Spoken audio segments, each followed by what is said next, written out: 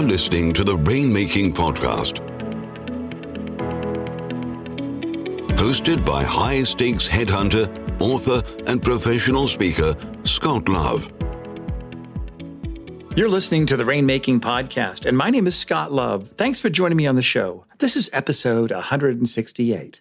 Our topic today is the 6 key numbers that should be tracked in every firm, and our special guest is Brooke Lively. Now, Brooke Lively has an interesting perspective on business. She's a speaker, she's a chief financial officer, she's a strategic coach, and the founder of Cathedral Capital, which is a group of profitability specialists that help small businesses improve their bottom line. Now, I think it's always good to look at numbers. When we go to take our physicals with our doctors, they look at our blood pressure, they look at our heart rate, they look at our weight. Those are numbers that we have to track. And I remember the time I did that, my doctor said, "You need to lose a few pounds." I said, "That's not the problem." He said, "What's the problem?" I said, "I'm at the perfect weight. I'm just 2 inches too short." So you can look at it that way also. But so when you look at the numbers, those are going to tell you what key indicators of your future will be. So you need to keep your thumb on the pulse, and Brooke is going to tell us what we should be looking at. So pay close attention to what she says. She's also written a book that she talks about in our show, and I've put the link to that on the show notes. So make sure you check that out and connect with Brooke as well on LinkedIn. As always, thanks for listening. And this show is sponsored by Leopard Solutions, legal intelligence suite of products, Firmscape, and Leopard BI. Push ahead of the pack with the power of Leopard. And now here's my conversation with Brooke Lively. Thanks for listening. Hey, this is Scott Love with the Rainmaking Podcast. Our guest today is Brooke Lively, and our topic title is From Panic to Profit, the 6 key numbers that should be tracked in every firm. Brooke, thanks for joining me on the show today. Thanks, Scott. So I like the title of your book, and we're going to put that book link on the show notes also, but From Panic to Profit, what does that mean exactly? Why did you come up with that title for your book? Well, here's what I found. People in especially professional services, whether you're a doctor, a lawyer, marketing, whatever it is, you generally went into that because you have a passion for it. Yeah. And the passion you have is never for business, right? It was for practicing law, practicing medicine, doing great marketing campaigns, or accounting, if you can have a passion for accounting. Hey, a lot of them do. They do. Hey, my team does. Yeah. You know, the business part of it is hard. And while all the people we work with are absolutely smart enough to do the business part, they haven't been trained in it. And it is the part that causes panic. It is the thing that keeps them up at night. They know they can practice law really well. They know they can win cases. They know they can represent their clients. So I wrote a book about the basics of running a business, those basic financial things that you need to be looking at to build a good foundation. Wow. So that you Okay. can sleep at night. So tell me then, you say that there's 6 key numbers that should be tracked in every firm. Let's kind of go over those. Okay. So there are a couple of different ways to look at this. There's some that are kind of company-wide, whether it's a firm or we're just going to use the word firm, whatever kind of firm you have. And then there are also ones that can be looked at kind of personally, like you and the associates that you have working for you. So let's look at the ones that are kind of firm-wide first. Okay, good. And those are like cash. We all know cash is king. Do you have enough cash? How much cash do you have? The number you want to be looking at, and I use the word number liberally because a lot of these are reports, is your cash flow forecast. How much cash do you have for the next 6 to 8 weeks? And do you have enough to keep going? Yeah. If you own the firm, you got to be looking at this. If you are a partner, you probably got a managing partner that's dealing with this and you don't have to. Yeah, right. Same thing with budget versus actual. You know, where did you think you were going to be and where did you actually end up? Were you over or under for a good reason? And let me tell you, you can be over. You can overspend for a great reason. So is this a number that people should be looking at from the past or something kind of more with a future forward perspective? So you want to run it every month. It's a basic report that's in, QuickBooks or whatever accounting software you're using. Mm-hmm. And, you should be predicting your year. And then when you close a month, so let's say you've just closed September, you want to sit down, hopefully the, second week of October, and say, okay, what did we think we were going to do in September? What did we actually do in September? And from there, you look at it and you say, what did we do right? So that we can keep doing that. Yeah. So is this more or less a financial instrument to measure financial performance, or is there other information that we're trying to get at by looking at these numbers? Here's the thing. Your financial reporting is nothing but a scorecard of your operations. That's all it is. Everything that you do in your firm shows up on your P&L and your balance sheet. It all comes out there. Right. So when I'm looking at these numbers, you mentioned first it's cash. Is that number one? And then budget versus actual is number two. Is that right? Okay, good. Yeah. So your cash flow forecast is the first report you want to be looking at. It's the first number. And the second one, when we're looking like company-wide, firm-wide, is going to be budget versus actual. Okay. All right. And that's on a monthly basis is what we usually look at that with. Yep. Weekly for the cash flow forecast, monthly for budget versus actual. And have you seen firms that you consult with, have they made any strategic changes after looking at those numbers, budget versus actual? Absolutely. Because when you look at it, you can say things like, oh my gosh, we were really over on office supplies. Yeah. Well, is that good or bad? Why were we over on office supplies? Well, we were over on office supplies because we're a trust and estate firm and we had to buy a whole bunch of notebooks. Well, why did we buy a whole bunch of notebooks? Because we got a whole bunch of new clients. Well, why did we get a whole bunch of new clients? Well, we did this. Oh, well, when we do this, we get a whole bunch of new clients. I see.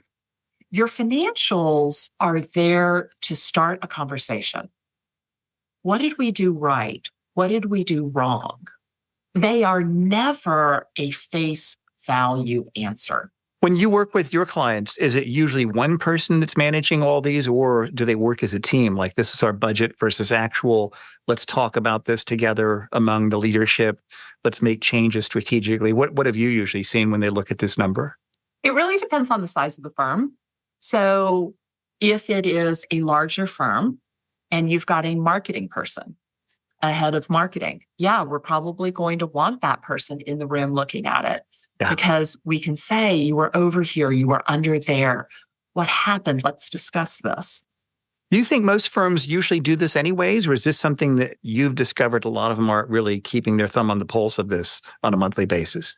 I think that in large firms, that the controller is closing the books and looking at it. Mm-hmm. And they are probably looking at it like an accountant does. Mm-hmm. Which is, oh, we were over, that's bad. It's always bad to be over. It's not bad to be over. Sometimes it's great to be over. There's not necessarily a lot of strategy. There's not a lot of going through and really looking at it through a lens of opportunity. I see. And so what's the third one? We've got our cash flow forecast, budget versus actual on a monthly basis. So I'm going to go to the one, and I usually save this one for last, but I'm going to do it now. The reason I'm going to do it now is because it is very firm-wide, but it's going to start segueing into the ones that if you're running a department or a smaller team, and those are our ideal ratios. And really what we want to look at is total owner compensation. Mm-hmm. How much are you getting paid for owning this firm? Are you being paid for the time, the effort, and frankly, the risk that you have taken on in being the owner or a partner? Mm-hmm. So we believe in running firms on the rule of thirds. 1/3 goes to pay the people doing the work, 1/3 goes to overhead, and 1/3 should be going to profit. Mm-hmm. Are you getting that? Is this something people are looking at annually, or are they also looking at that on a monthly basis, or does it really depend? You should be looking at it Both. You should be looking at it on a monthly basis because, frankly, Scott, if you wait until December to look at it, you can't fix it. Yeah, that's right. So you need to be looking at it so that you can make adjustments throughout the year. What are some adjustments that you've seen your clients have made when they look at that number? Well, the first thing that we notice is that people are not paying their teams correctly. So they're spending way too much on payroll. Yeah. So we go in and we look and we figure out new comp structures, new bonus structures. And no one likes it when their comp structure changes, right? I mean, no one wants their paycheck to go down. Yeah. So one of the things that we do is if we're going to adjust their salary, we make sure that we adjust their bonus so that they potentially can make more money. They just make more money in a way that's better for us as the owners. So we want to look at that. We want to look at if we have the right people. Do we have the right number of attorneys, to paralegals, to legal assistants? Are we carrying too many non-billable people? So let me ask you this then, Brooke. When you're talking about this number, let's say that you worked with 100 organizations. Out of 100 organizations you've worked with, how many of those do you think would make changes, some sort of change based on this one number? 99. Really? Wow. That's significant. It is very rare that we see owners that are making the money that we believe they could be and should be making. Yeah. Why do you think that is? Why do you think, is it just something that hasn't been top of mind? Do they just get so busy in the work that they don't pay attention to this? Why do you think that is usually? I think it's a combination of things. I think part of it is this is the way we've always done it. Yeah. This is the cost of doing business. I mean, I've had so many law firms tell me, well, an 80% collection rate's really good. Yeah. I'm like, no, it's not. Our firms collect 96% plus. It's a good realization rate. Like, come on, people. There are a lot of things that we can do. It's not the cost of business. I don't care if it's the way it's always been done. It can be done better. Yeah, and right. we can make adjustments. And especially older, larger firms tend to be stuck in their ways. We've always done it this way. Small firms with a single owner, we have found that, to your point, they're a little overwhelmed. Yeah. There's only so much they can do in a day. Yeah, that's right. That's right. Interesting. So it's almost like this is kind of I wouldn't call it a microscope, but a magnifying glass that really shows where issues are just by looking at the data, at the numbers. Yeah. So this is interesting. So let's go into number 4. What's the fourth? Okay, so fourth one we should look at. Now let's really dig in. So if you are a partner and you're running a team, right? You've got a couple of associates working for you and you've got some paralegals. So you care how much you're making as a partner. Right. Because I don't know. I mean, Scott, how many partners have you talked to that were making a ton as non-equity partners? And then all of a sudden they were like, congratulations, you've made equity partner and they're making less money. So yeah, congratulations. And that'll be $200,000, please. Let me take you downstairs. We're going to co-sign this loan. Right. I know. And yeah, we have one client that literally went to the partnership committee and said, can I go back to being a non-equity partner? Yeah. I've actually seen that where people say, I'm okay not having that equity burden. And some have even said, I think I make more as a non-equity partner. So that's really interesting. I had a client try to give equity partner back and he was told no.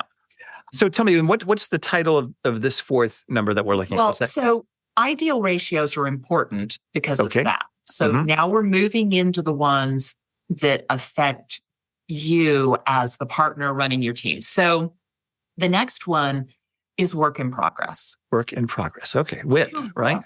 Yeah. It's for you and your team. Because if you are running a team, you're running a small law firm within a firm. Yeah. Right? You have got to be productive. You still have to make payroll. You still have to pay for yourself. You still have to meet your overhead burden. So there is nothing better than looking at the work in progress. Yeah. And it's that point in the month where you know you've covered your bills. So tell me, what sort of tools do people use to look at this? Do they just have it on an Excel spreadsheet? What have you seen for them to really track this work in progress each month? And I assume it's monthly that they're looking at. Oh, no, you're looking at this one weekly. Weekly. Okay. That's even better. That's even more fun. Please, God, tell me that you have some kind of practice management system. Yeah. So, when you're looking at this, everyone on your team should have a billing goal. Your attorneys, your paralegals, your legal assistant. Everyone should have a billing goal. Okay, good. Are they hitting those billing goals? That's what you're managing when you're looking at your WIP. So have you seen people where they start checking this and tracking this? Does it change their leadership style? Does it change their communication with their team? Absolutely. So we're working with a firm out on the West Coast in Tacoma, Washington, and her revenue wasn't where it should be. We knew she should have had more. And so we're looking at it. We start running the weekly WIP reports. And we're like, what's the deal? Your people aren't producing. And so we designed a very specific agenda for her to meet weekly with her team, individually, with each person, to go over their billing or lack thereof the week before. That's great. So she sat down with them. Production went up by 40%, and it stayed up. It's been about 4 years since we designed that for her. Do you think there's ever pushback from colleagues and staff when a leader has to have those kind of conversations with people? You have the conversation whether the person is making their goal or not. So it's not a punishment conversation. It's I'm going to sit down with the leader and get to have a conversation. It's a half-hour conversation. It's a half-hour check-in every week. You get to, ask some questions. If you've got a problem, that's the time to bring it up. And, as we've been talking about in my company recently, there's something about the boss. It's like a moth to a flame.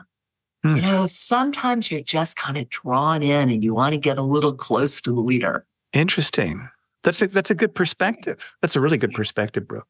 So that's really interesting to me because I think that does increase what I would call the emotional equity of people that aren't equity holders, that never will be. If they're staff, they're committed to it.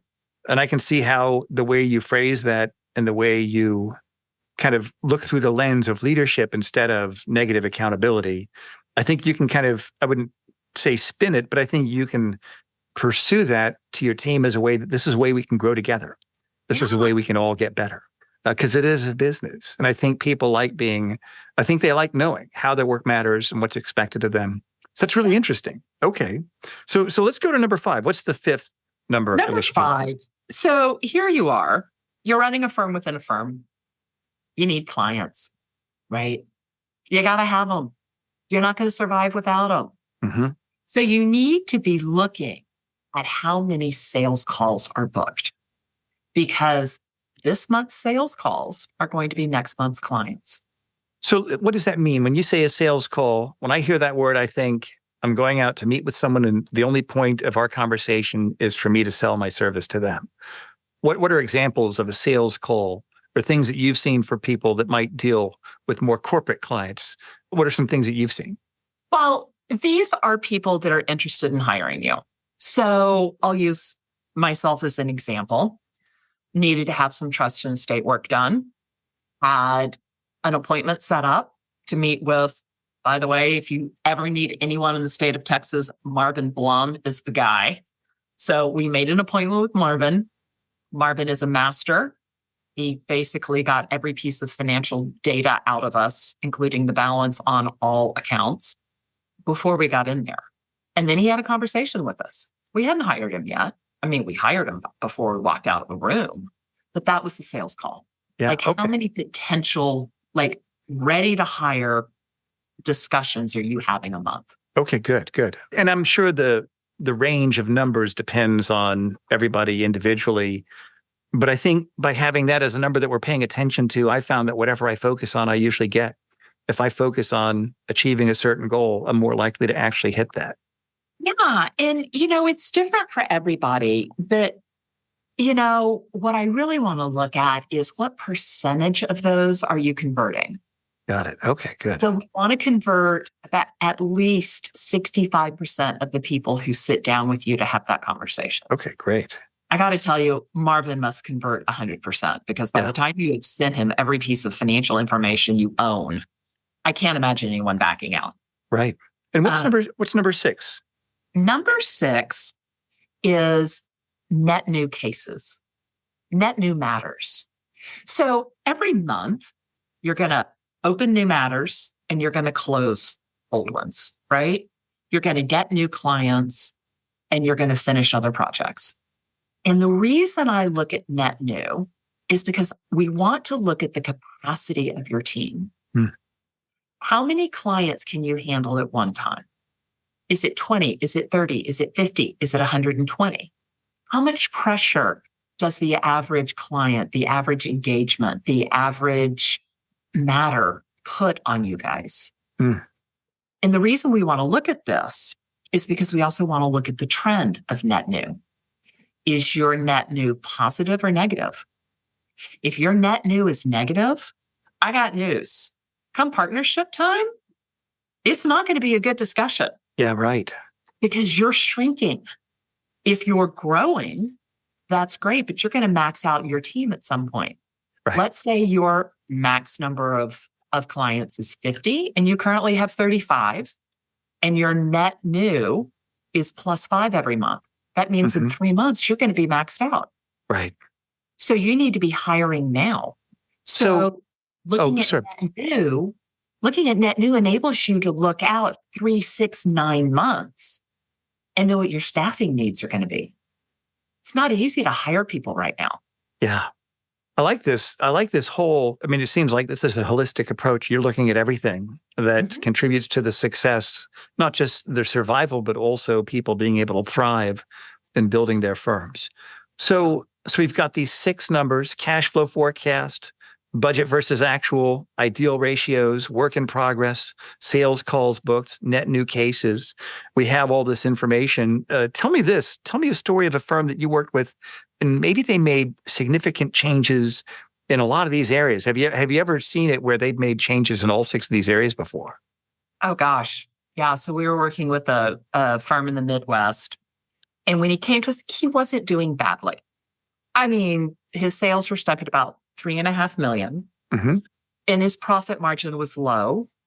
We really wanted him to be making about 1/3, and he was making, I don't know, maybe 10%. And he really attacked this. We redid all of his compensation packages for his people. Everybody got a billing goal. All of a sudden, more work started moving through his firm. His people were held accountable. So we started, his WIP went up. Yeah. Right? When WIP went up, billing went up. When billing goes up, cash goes up.